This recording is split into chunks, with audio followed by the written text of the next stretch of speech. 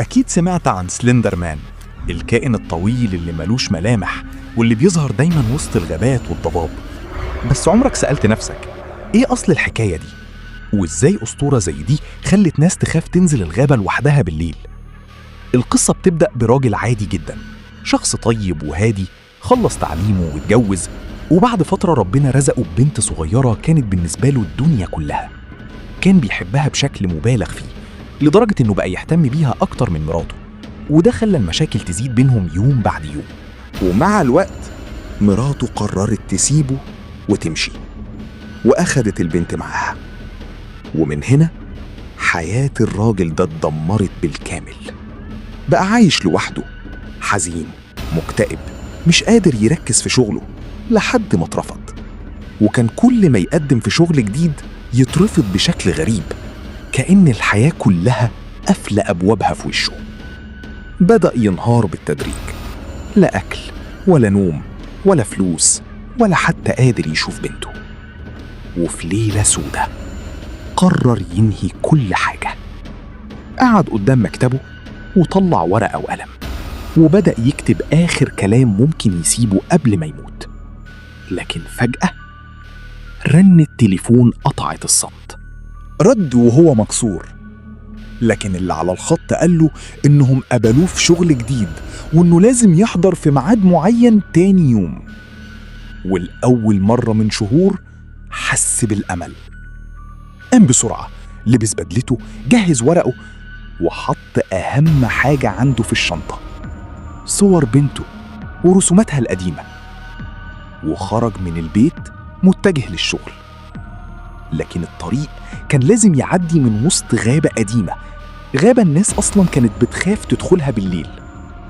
وهو ماشي ظهر فجأة مجموعة أطفال مراهقين، خطفوا الشنطة وجريوا وهم بيضحكوا. فضل يجري وراهم وهو بيصرخ: ارجعوا، الشنطة دي فيها حياتي كلها. لكن محدش سمعه. وقع على الأرض من التعب والدموع نازلة من عينه، حاسس إن حتى آخر ذكرى لبنته راحت منه. وفجأة وسط الهوا البارد وصوت الشجر سمع صوت ست بيهمس: انت عاوز صور بنتك؟ بص حواليه بسرعة، مفيش حد. لكن في آخر الغابة كان في بيت قديم جدا شكله مرعب، الشبابيك مكسورة والضلمة مالية المكان. قرب ناحية الباب وهو مرعوب، وقبل ما يخبط سمع نفس الصوت: عاوز صور بنتك؟ قال بصوت مهزوز: أيوة أرجوكي. الباب اتفتح لوحده ببطء. دخل وشاف ست شكلها مخيف بشكل مش طبيعي، ملامحها مش واضحة وعينيها سودة بالكامل.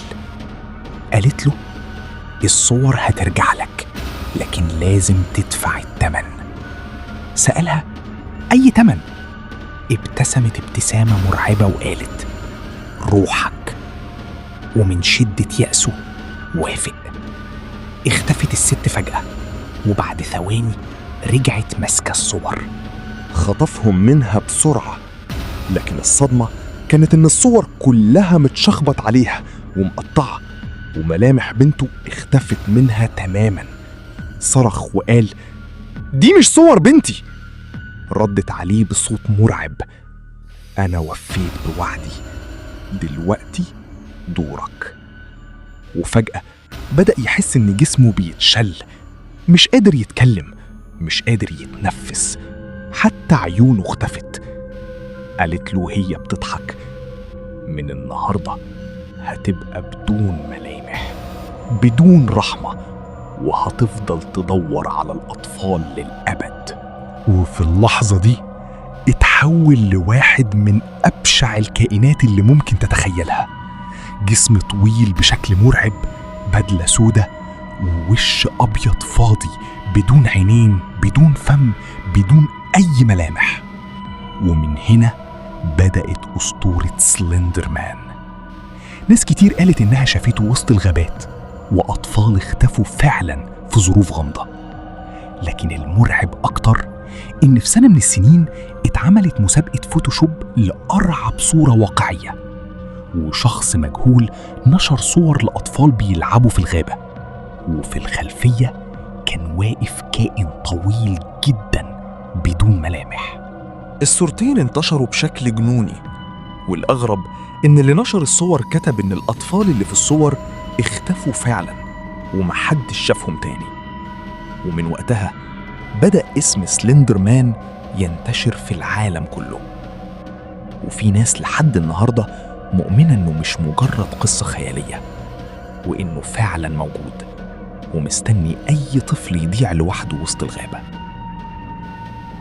لو عجبك الفيديو ما تنساش تعمل لايك وشير الفيديو وكومنت برأيك واشترك في القناة، وقول لنا هل مقتنع إن ممكن القصة تكون حقيقة ولا مجرد إشاعات طلعت؟